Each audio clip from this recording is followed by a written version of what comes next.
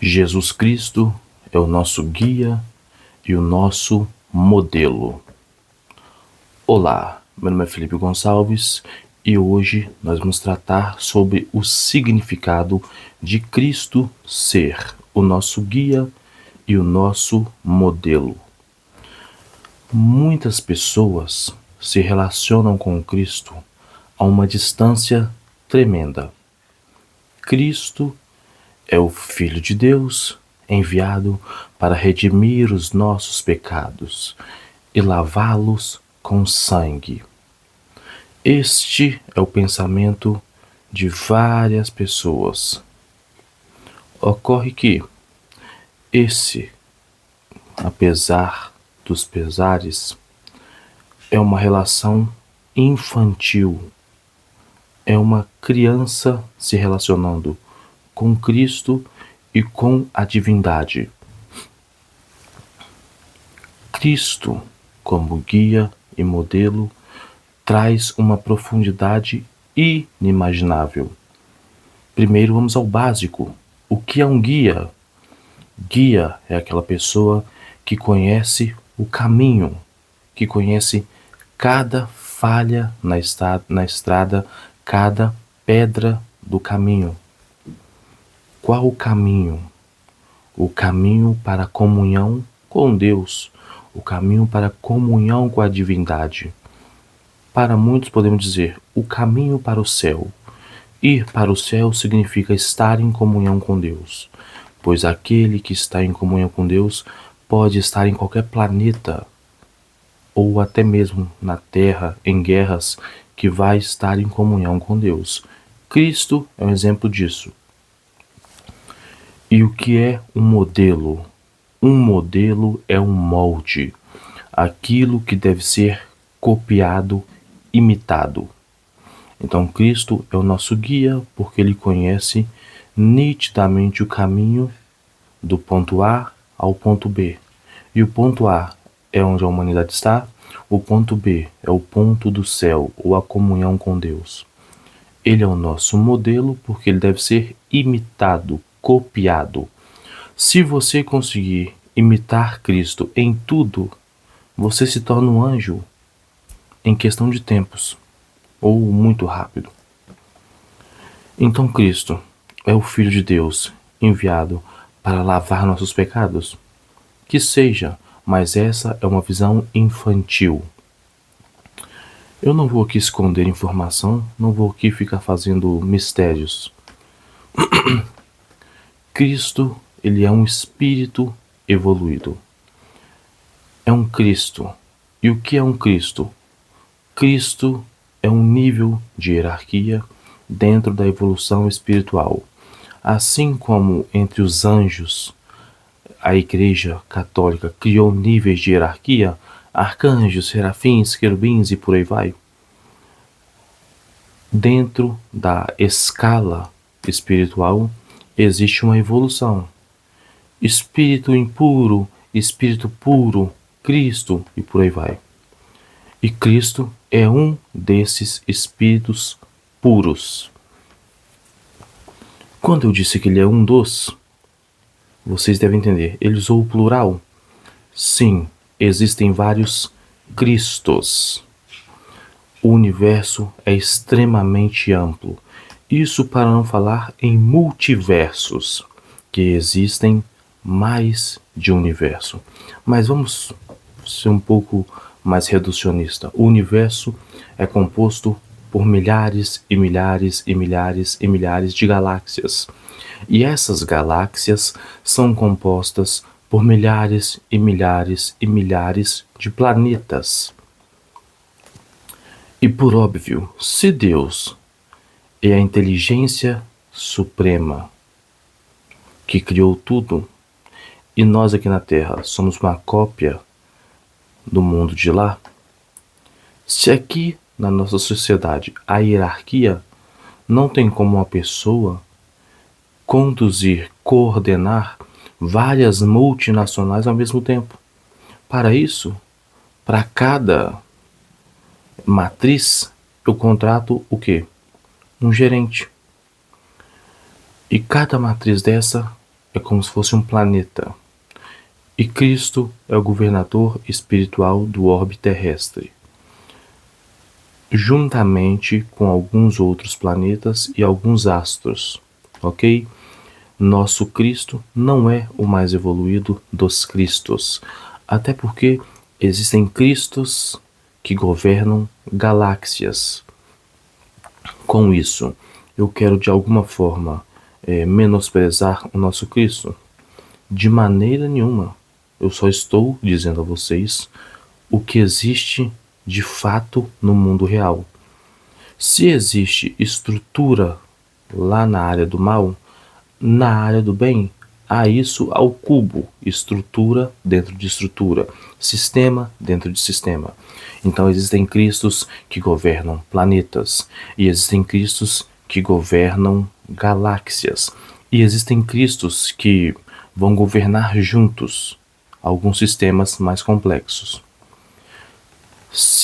Isso aí é para explicar o que é um Cristo. Um Cristo é um espiritual evoluído ao ponto de conseguir modelar e criar planetas. O Cristo trabalha sozinho? Não. Ele provou que, quando ele veio aqui na Terra, ele precisou de um colégio apostólico, de seres imperfeitos. E ele tinha à sua disposição trabalhadores perfeitos lá, que jamais falhariam aqui na Terra. Mas ele escolheu trabalhar com a matéria-prima aqui da Terra. Tendo dito isto, o Cristo tem a seu dispor os melhores biólogos, os melhores geneticistas, os melhores físicos, químicos, tudo o que você imaginar, Cristo tem os melhores à sua disposição. Então sim, há aquela discussão, o Deus que criou o Espírito não é o mesmo que criou a Terra. Tudo bem, mas isso é óbvio. Deus dificilmente vai agir sozinho. Deus ajuda o homem pelo homem, o Espírito pelo Espírito. Então, até onde nos é dado saber, Deus cria os Espíritos e permitiu ao Cristo criar o planeta Terra. Sim, cada forma, cada planta, cada animal foi criado por Cristo e sua equipe. Então, quando um ser dessa magnitude desceu à Terra para conversar com a gente e nos ensinar, ele teve que simplificar as suas palavras e o seu pensamento ao mínimo para que nós pudéssemos entender. Vocês têm ideia da dimensão que é isso? Alguns, para simplificar, falam o Deus que desceu à Terra. Tudo bem, é uma forma para simplificar. Mas para deixar mais às claras, um Cristo desceu à Terra. Ele literalmente conhece cada passo do planeta. E não, este não é o primeiro planeta que Cristo governa. Cristo, durante toda a sua evolução, que é de bilhões de anos, inclusive maior do que o planeta tem cerca de o planeta tem 4,5 bilhões de anos mais ou menos, e há quem diga que de 200 a 500 mil anos habitado por humanos. Então esses 4,5 bilhões de anos foram 99% preparando o planeta, o terreno para a gente vir. Então não se preocupem com o fim dos tempos por enquanto. O planeta ainda vai durar bilhões de anos. Mas esse ser tem bilhões e bilhões e bilhões e bilhões e bilhões de anos de evolução. E ele já governou outros planetas. E sim, ele também já foi um espírito como nós, iniciante, galgando sua evolução. Então existem planetas que Cristo passou que já não existem mais. Cristo evoluiu em planetas que não existem. Nós não teremos a chance de viver pessoalmente nesses planetas. Óbvio, tudo fica gravado no orbe, então teremos chances de ver sim como foi a evolução do Cristo. Só que isso aí não é para qualquer um. Para espíritos com envergadura moral e que recebam a devida autorização para isso. Cristo morreu para nos salvar? Não, de maneira nenhuma. Nós poderíamos ter vivido com Cristo por anos, se não fosse a maldade dos nossos corações. Ele não morreu para nos redimir. O nosso maior pecado foi ter matado o Cristo. Ele morreu porque somos pecadores, não para redimir nossos pecados. Nós o matamos, e esse foi um dos nossos maiores pecados. O governador da terra desce, nos estende a mão para nos reerguer desse mar de lama que nós mesmos nos colocamos, porque os espíritos não são criados bons ou maus. Eles são criados simples e ignorantes. Ignorantes no sentido de não entender nada. Uma folha de papel em branco. O espírito, não digo o bebê que nasce, não. O bebê que nasce é uma coisa, o espírito é outra. Então, cada espírito, quando é criado, tem a opção de seguir, vai tendo experiências, e à medida que vai vivendo experiências, tem a chance de escolher o caminho. Há espíritos que escolheram o caminho da retidão, e há espíritos que escolheram o caminho da queda. Daí vem aquelas historinhas da queda do Jardim do Éden. Não existiu um Adão, não existiu uma Eva. Foi uma historinha contada para exemplificar que, dentre os espíritos criados, nós fomos um daqueles que escolhemos o caminho torto. Podíamos ir segundo a retidão, mas escolhemos o caminho errado. Assim como às vezes há pais e mães com vários filhos. 2 filhos vão para o caminho da decência e 2 para o caminho do crime, sabendo que todos eles receberam a mesma educação, moram dentro da mesma casa. Com os espíritos foi a mesma coisa. Então, o Cristo é o nosso guia e modelo. Guia porque ele conhece cada pedra da evolução da humanidade. Ele é um professor que já teve outras turmas. Nós aqui da Terra não somos a primeira turma dele, não. E ele sabe o destino final de cada turma, a comunhão total com Deus. E o mais engraçado em tudo isso é saber que bilhões de anos para esse ser não é nada. Ele pegou a Terra do zero, recebeu uma massa do Sol, modelou a Terra, modelou cada planta, cada rocha, cada animal e o nosso corpo. Bilhões de anos. Para ele não é nada. E nós achando aqui que 100 anos é muita coisa. Cara, dor pequena incomoda, dor grande amansa. A natureza é a prova cabal disso. O impacto das águas nas rochas durante séculos, milênios e milênios causa erosões inexplicáveis, ou explicáveis, mas incríveis. Agora imagina milhões e milhões de anos. Sim, nenhuma das ovelhas a que meu pai me confiou se perderá. Isso não é uma frase, isso é um fato. Ele sabe disso. O espírito mais trevoso que já pisou nessa terra vai se tornar um anjo, um Cristo, um espírito puro. O seu destino aí, que está me vendo aqui, é ser um espírito puro. Não importa o quanto você se negue, não importa o quanto você pise no freio. Você realmente tem essa decisão, tem essa firmeza de ficar persistindo no mal durante milhões de anos? Convenhamos, o mal cansa, o mal machuca, o mal oprime.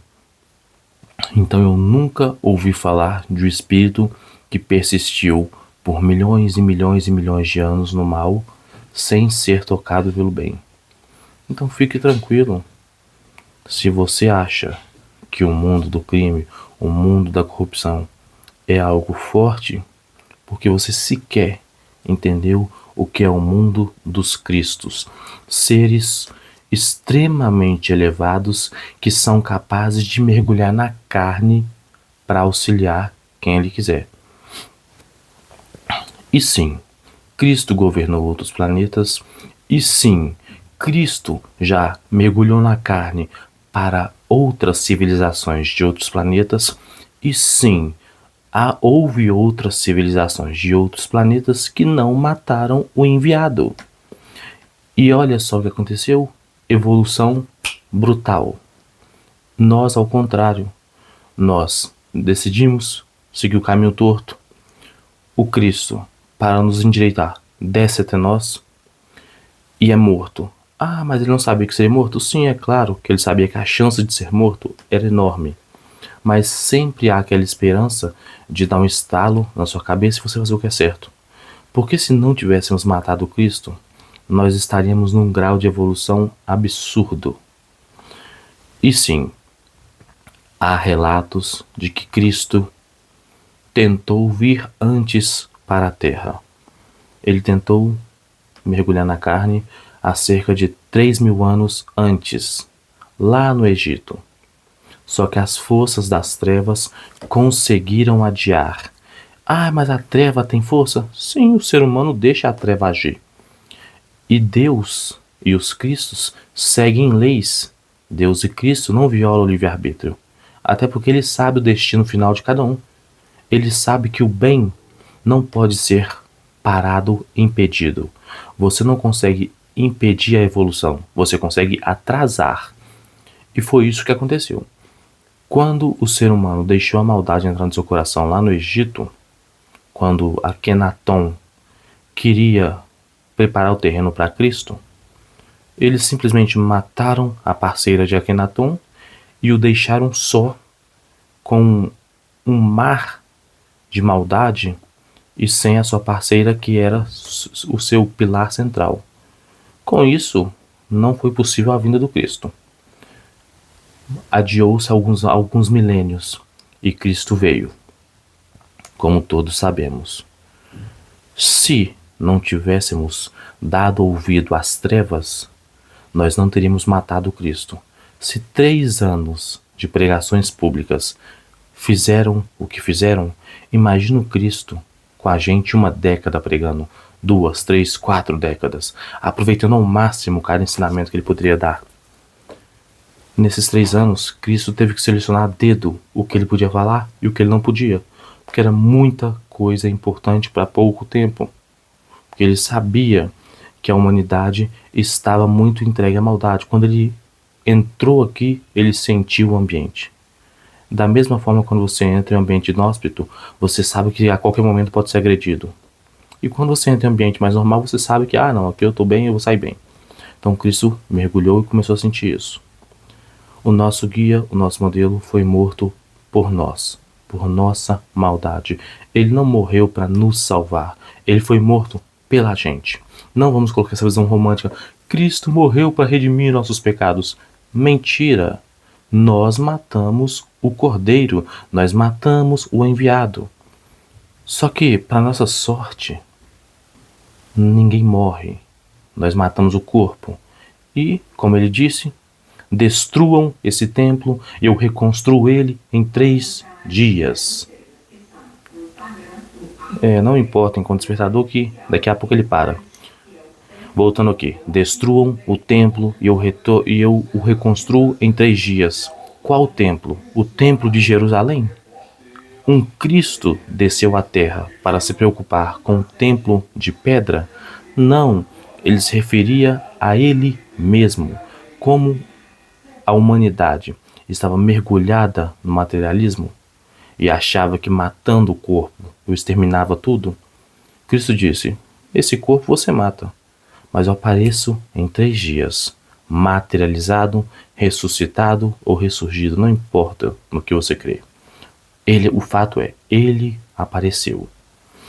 O nosso guia e o nosso modelo não está aqui para brincadeiras, não está aqui para dissensões, ele está aqui para resgatar até a última ovelha. E ele vai.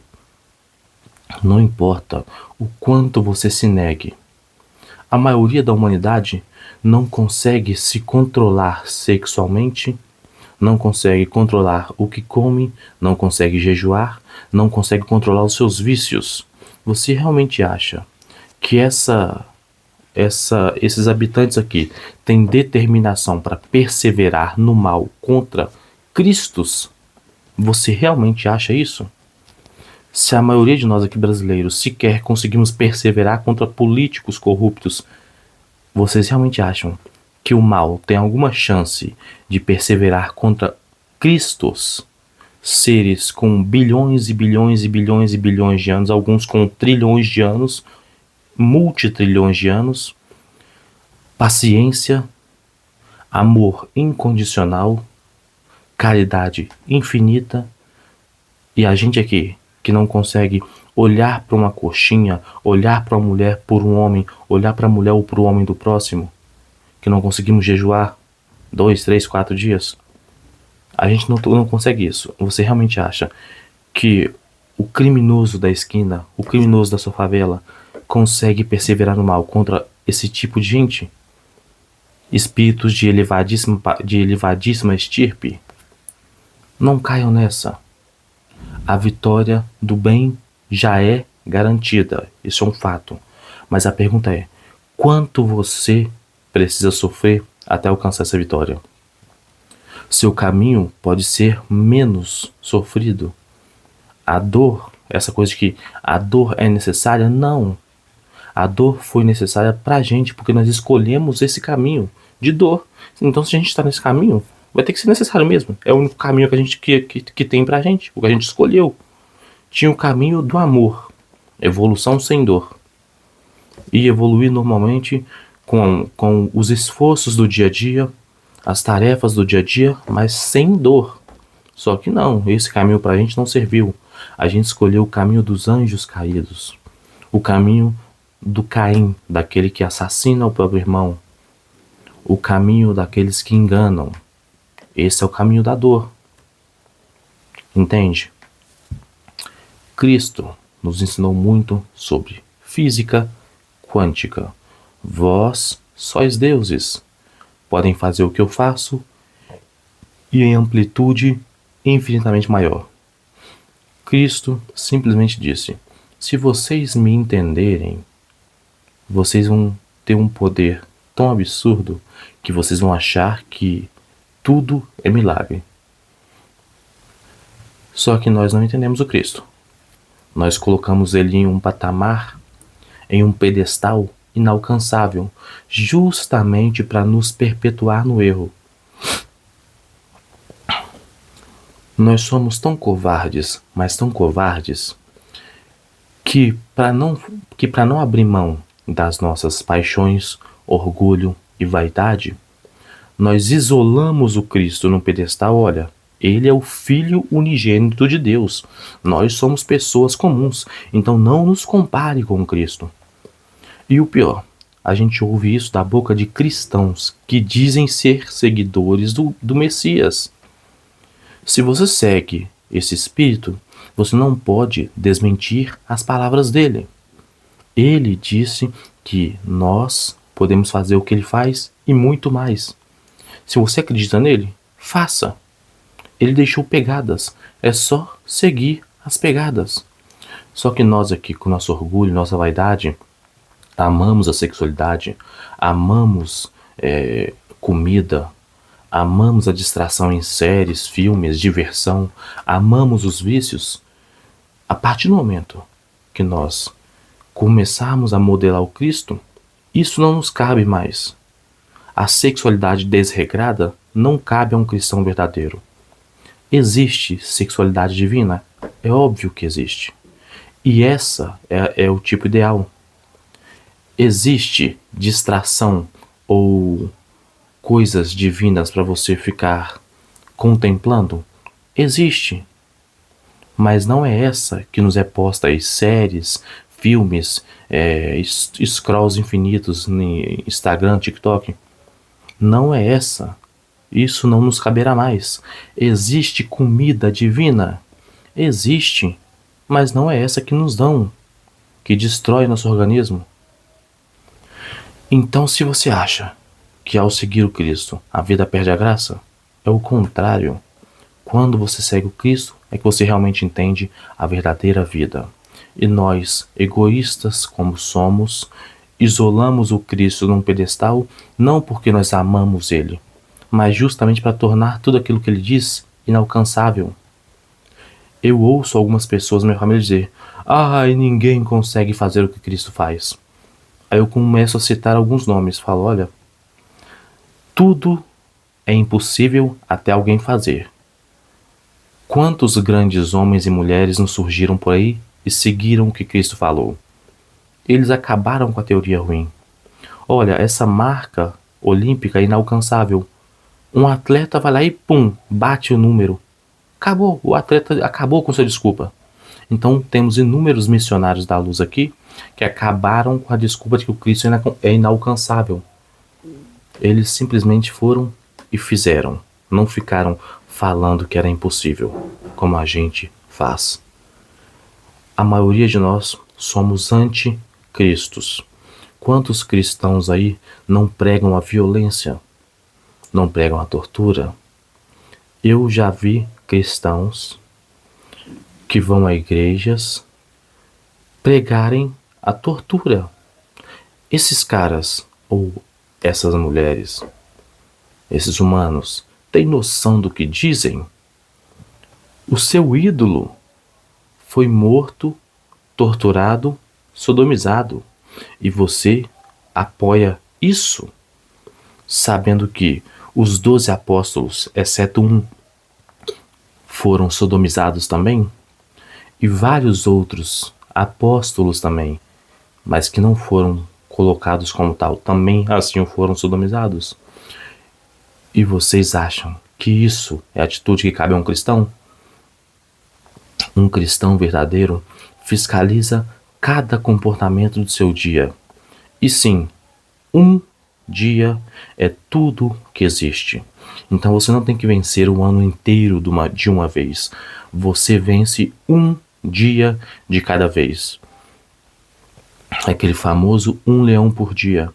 Então quando você olha para suas tarefas do ano, é óbvio, é pesado, um ano inteiro num dia só. Errado. Pense em um dia. Um dia é tudo que eu tenho. Nesse dia eu devo buscar ao máximo fazer tudo correto. Porque se eu desencarnar, morrer ou falecer nesse dia, eu dei o meu máximo, não adiei. Então, no final do dia, no início do dia, acordou, faça oração, faça meditação, faça o que você achar melhor. Mas planeje o seu dia da melhor forma possível. E ao final do dia, quando for dormir, reflita se você feriu alguém, se você distratou alguém ou se você fez algo que te deixou chateado. Planejou o dia no início, refletiu sobre ele no final. E nesse meio tempo tá as ações que você tem que fazer. Um dia é tudo que você tem. Não coloque Cristo em um pedestal. O lugar dele não é no pedestal. Tanto assim o é, que quando ele veio para a terra, ele não veio nos palácios para ser admirado. Ele veio no meio do povo. O lugar dele é no meio do povo, no meio da sua vida, não num pedestal. Vocês não precisam santificar Cristo, porque ele já é um Cristo, já é um anjo, já é um santo. Então ele não precisa de vocês o santificarem. Nós temos que nos santificar. Temos que tomar condutas que nos tornem espíritos melhores. Então essa historinha de querer santificar a Cristo, glorificar a Cristo, cantando, homenageando, não. Você glorifica a Cristo imitando Ele nas suas condutas. Quando fores visitar um desses pequenos nos hospitais, é a mim que está visitando. Quando for dar comida a um desses pequenos, é a mim que está alimentando. Fui viúva e me amparastes. Tive fome e me deste de comer. Tive sede e me deste de beber. Mas quando fiz isso, Senhor? Quando fizestes a um desses pequeninos, foi a mim que fizestes. Entendeu como é a relação com Cristo? Ao invés de colocar Cristo no pedestal, coloque o Cristo no seu próximo. Se você quer abraçar o Cristo, dar de beber ao Cristo, o seu próximo é o Cristo. Então você vai dar de beber ao seu próximo, abraçar o seu próximo, ser mais caridoso e paciente com o seu próximo. Você gritaria com Cristo? Ou você trataria o Cristo com paciência? Essa deve ser a conduta de um verdadeiro cristão. E sim, existem condutas que não cabem mais a cristãos. Se você ousou botar na sua boca, eu sou cristão, parabéns, você acabou de fazer com que inúmeras condutas não caibam mais a você. Cobiçar a mulher do próximo, o homem do próximo, cabe a um cristão? Não. Falar mal do próximo, cabe a um cristão? Não. Negar a caridade, cabe a um cristão? Não. Parabéns. Ser cristão para nós aqui é uma das tarefas mais difíceis que existe. Por quê? Porque Cristo pede coisas impossíveis? Não. Porque nós estamos tão afogados na lama que um mínimo de esforço para a gente já é demais. Um corpo sedentário, quando você pede para ele andar 1 quilômetro, para uma pessoa que pesa 200 quilos, é algo absurdo. Só que andar 1 quilômetro é demais? Não. Andar 1 quilômetro para um atleta é nada. Mas para uma pessoa em alto grau de obesidade é muito. Então, nós nos colocamos nessa situação de dificuldade. Cristo não nos pede nada de impossível. Cristo nos pede o mínimo. Até porque eles, os Cristos, estão produzindo no nível de máquinas de ultra desempenho. Os Cristos não, fazendo um trocadilho, não correm maratonas de 25 quilômetros. Eles correm maratonas de 500 quilômetros, correndo 1000 quilômetros. É alto desempenho, é ultra desempenho. Eles governam planetas, galáxias inteiras. É com esse tipo de gente, de espírito, que estamos nos dando. E como bons professores, eles nos tratam como merecemos ser tratados. Alguns como adultos, outros como criancinhas, que é o que nós somos. Criancinhas morais, criancinhas espirituais, que temos que até os dias de hoje aprender por parábolas, cheios de não me toques. Então Cristo não morreu para nos salvar, Cristo foi morto por nós. Esse é um dos nossos maiores pecados. Cristo, o lugar do Cristo não é nos altares e em pedestais. O lugar do Cristo é na sua conduta. Aprenda isso. Há atitudes que não cabem mais a cristãos. A cristões. Embolou tudo. Há atitudes que não cabem mais a cristãos. E isso é um fato. Não adianta você se declarar cristão na igreja ou nos templos religiosos e quando sai aqui para o mundo real, para as ruas, distratam moradores de rua, distratam os seus colegas de faculdade, de trabalho. Não adianta. E não adianta vir também com falsa caridade ou com hipocrisia, fingindo, cumprimentando as pessoas com hipocrisia ou com nojo nos olhos. Cristianismo é coisa séria. Pra gente é um passo grande e difícil, mas que vai ser dado. Ninguém vai ficar para trás. Isso é um fato. Que a paz do Senhor seja conosco, hoje e sempre. Até breve.